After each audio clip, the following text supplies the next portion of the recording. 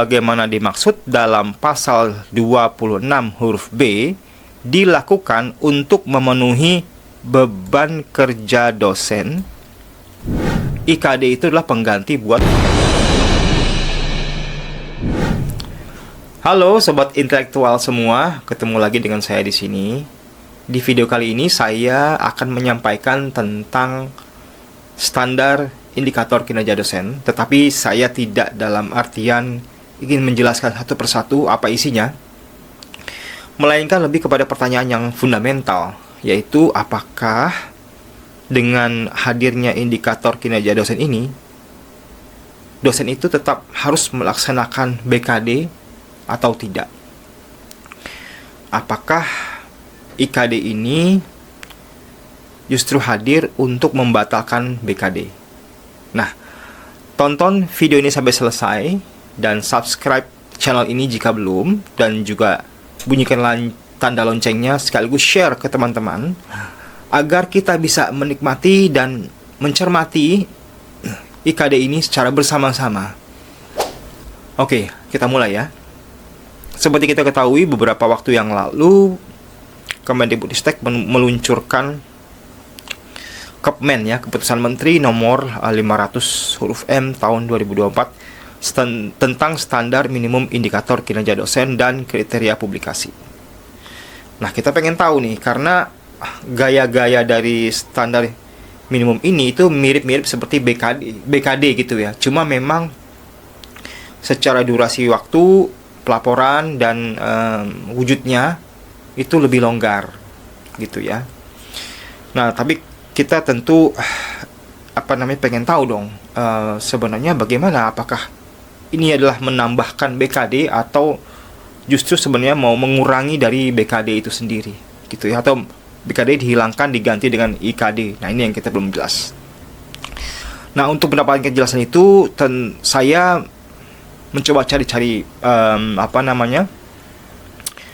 dokumen-dokumen yang bisa menjelaskan, dan saya akhirnya bertumpu kepada Permendikbudristek nomor 44 tahun 2024. Karena kebetulan itu yang paling baru, dan kebetulan di Permendikbud tersebut itu ada penjelasan tentang beban kerja dosen. Nah, itu ya. Jadi kita coba cermati pelan-pelan di sini. Maaf. Untuk beban kerja dosen, seperti yang teman-teman bisa lihat di layar, itu berada di pasal 21 ya.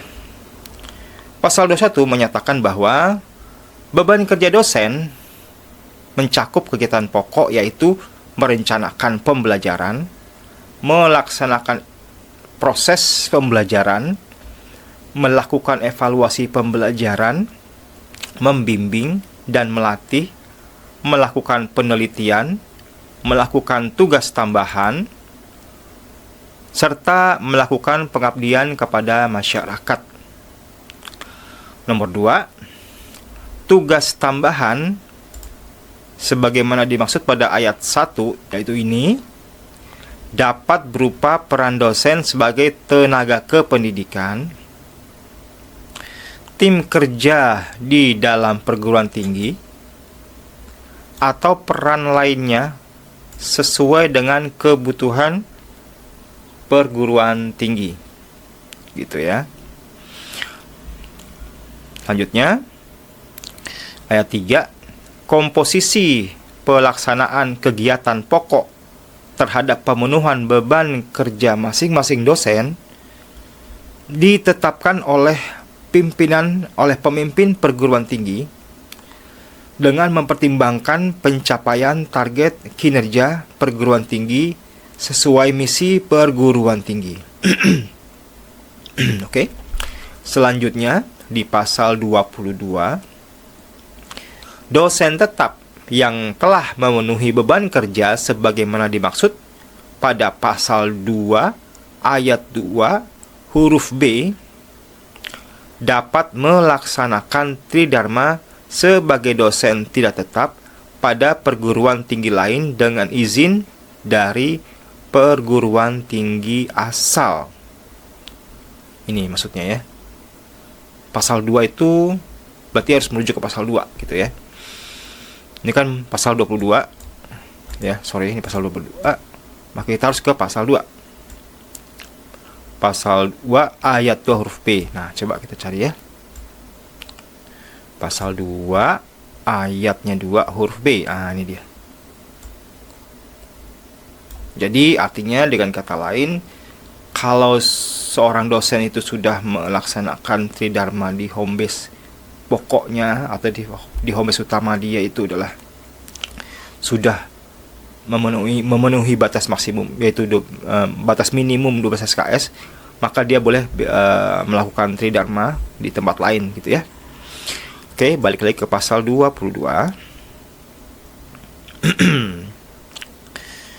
Kita langsung skip ke pasal 24 karena tiba-tiba di pasal 22 nih agak kurang tertata ya, kurang rapi ya. Pasal 21 soal beban kerja dosen, pasal 21, 22 juga masih. Nah, tiba-tiba 23 kode etik. Jadi agak tiba-tiba nyelonong aja gitu ya. Dilanjutkan lagi ke pasal 24, karir dosen. Gitu ya. Di pasal 24 di sini disebutkan bahwa perguruan tinggi melaksanakan pembinaan dan pengembangan karir dosen yang paling sedikit meliputi kegiatan 1.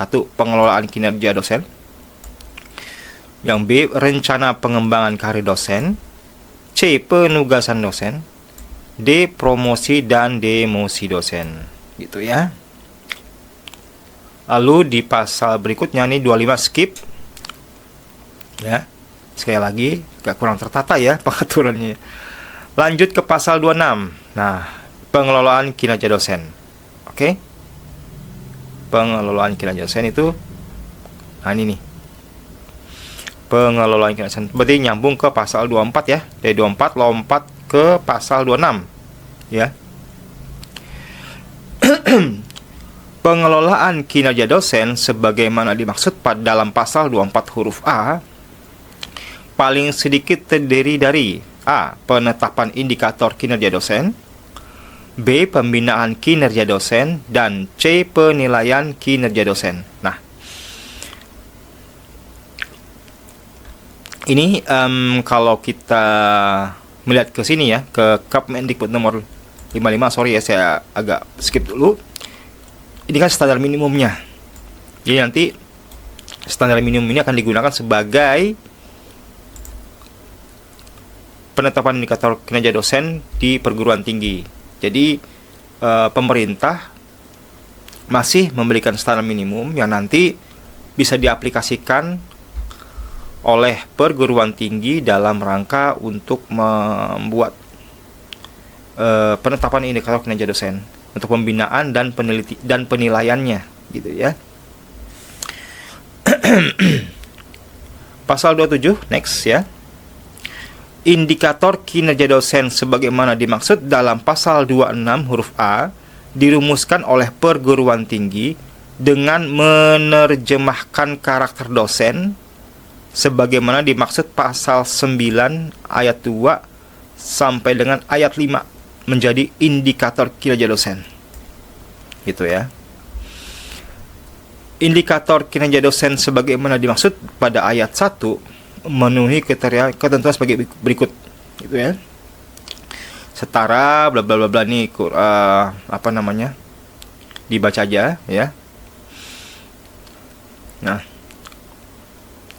standar minimum indikator kinerja dosen sebagaimana dimaksud pada ayat 2 huruf A ditetapkan oleh menteri. Nah, mana dia tuh? Ayat 2 huruf A ditetapkan oleh menteri. Ya. Lalu yang keempat, indikator kinerja dosen pada masing-masing perguruan tinggi sebagaimana dimaksud pada ayat 1 dan ayat 2 ditetapkan oleh perguruan tinggi. Ya. Ayat 1 dan 2 mana nih? Nah, ini. Ya. Ayat 1 dan 2 ditetapkan oleh perguruan tinggi. Jadi standar minimumnya oleh pemerintah.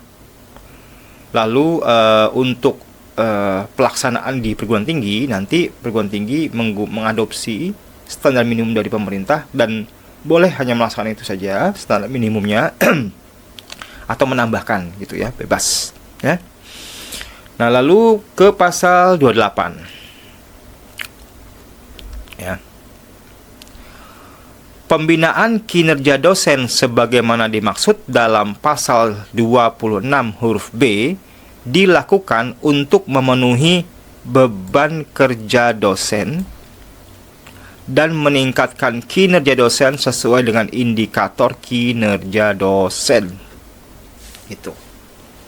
Nah, jadi dengan kata lain, kalau kita perhatikan di pasal 28 ayat 44 ini, itu kita bisa menafsirkan ya bahwa IKD itu adalah pengganti buat BKD. Tafsiran ya, kita kan nggak tahu, kita kan karena masih samar-samar nih, belum ada kata tegas sejauh yang dapat saya amati ya, belum ada kata tegas bahwa pemerintah mengatakan BKD dicabut ya, gitu ya, baik berupa lisan maupun berupa entah itu Kepmen ya, entah itu Perpres atau Permen gitu ya. Itu belum ada soalnya. Jadi saya hanya bisa bilang menafsirkan. Ya, nggak berani menyatakan pasti, tetapi menafsirkan ya bahwa kehadiran dari IKD itulah dalam rangka untuk mengganti beban kerja dosen. Gitu, karena ada bunyi pasalnya ada di Permendikbud nomor 44 tahun 2024 ya. Saya ulangi kali ya, biar lebih tegas ya. Pembinaan kinerja dosen sebagaimana dimaksud dalam pasal 26 huruf B. Ya, nih. Pasal 26 huruf B mana nih? Nah, nih, 26 huruf B.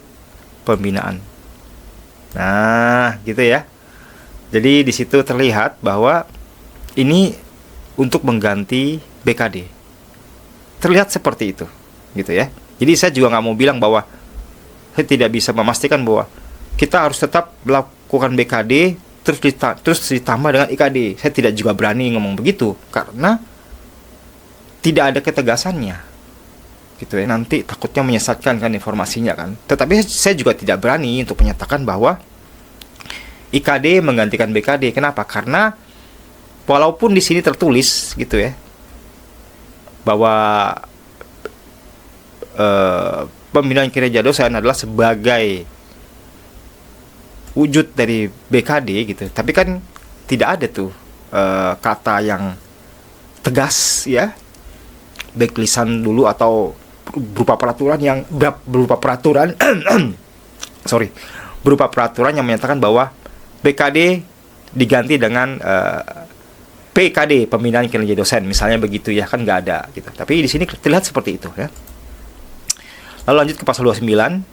Nah, ini penilaian kinerja dosen sebagaimana dimaksud dalam pasal 26 huruf C dilakukan paling sedikit 1 kali dalam 1 tahun kalender akademik berdasarkan pemenuhan indikator kinerja dosen. Nah, itu kalau kita lihat dari indikator kinerja dosen, pemenuhan yang paling sedikit itu 1 tahun kalender akademik itu di pengajaran ya. Setahu saya sih 1 tahun. Untuk penulisan itu berapa ya? Saya lupa deh. Untuk artikel itu kalau nggak salah atau penelitian tuh 1 ya. 3 tahun apa ya? Kalau nggak salah ya. Coba deh. Gitu ya. Ini kan 1 tahun akademik nih, pengajaran nih. Tuh, periode 1 tahun akademik. Oke. Lalu nah ini, oh ya benar ya, kalau lektor tuh misalnya 1 naskah jurnal nasional televisi ya, maksimal 3 tahun. Oke, jadi kalau berdasarkan penelusuran dari peraturan-peraturan itu sepertinya terkesan IKD itu untuk menggantikan BKD. Tetapi kita tunggu aja pastinya seperti apa gitu, karena ya kalau saya sih jujur tentu lebih senang seperti ini ya. Walaupun ini juga masih terlalu demanding ya. Karena tetap aja pasti kita akan suruh upload berkas lagi gitu loh. Terus saya nggak mau sebenarnya, nggak ilmiah banget gitu loh. Maksudnya kita tuh presensi mahasiswa, RPS-nya, terus nilai UTS UAS-nya gitu ya. Itu kita kumpulkan dalam satu file terus kita upload gitu ya. terus apalagi tuh karya kita gitu, kita upload itu karya tulis atau penelitian itu tuh kayak bukan kerja-kerja ilmiah gitu, jadi nggak ilmiah banget gitu. Saya nggak senang di situ ya. Jadi sih mudah-mudahan sih nanti juga akan dilunakkan lagi ya, karena ini it's too demanding, maksudnya nggak ilmiah deh ngelakuin hal kayak gini tuh, nggak ilmiah gitu. Karena ya kalau mau yang bermutu ya 3 tahun juga nggak cukup sih kalau mau karya bermutu ya. Kan kita mau level dunia, tapi ya tentu mindsetnya, ekosistemnya tentu harus seperti yang ada di dunia gitu. Jadi jangan sampai kita tuh kayak disuruh adu lari ya. Cuma yang satu dikasih track yang mulus, dipakein sepatu lari yang mahal, yang bagus, yang memang untuk lari. Terus mau dibandingkan dengan kita yang berlari di jalanan yang berkerikil ya, berantakan, tanpa alas kaki, tapi kita harus disuruh sama-sama menang, kan nggak make sense gitu ya. Jadi tentu saya sih berharap IKD ini pun akan lebih dimasuk akalkan lagi ya, karena masih 3 tahun itu untuk menulis ya nggak canggih lah, kurang. Kalau untuk supaya dijadiin bahan perdebatan oleh para ilmuwan dunia itu kurang, karena yang menulisnya sampai 10 tahunnya belum tentu gitu tulisan itu bisa menyentuh, bisa menggedor atau bisa menggugah para ilmuwan lain gitu, atau filsuf lainnya. Oke, sampai begitu aja untuk video kali ini. Semoga nanti kita akan ketemu di video berikutnya yang akan lebih seru lagi tentang bagaimana perjuangan para dosen untuk perbaiki profesionalitasnya karena terganjal oleh peraturan-peraturan. Oke, thank you udah menonton sampai selesai.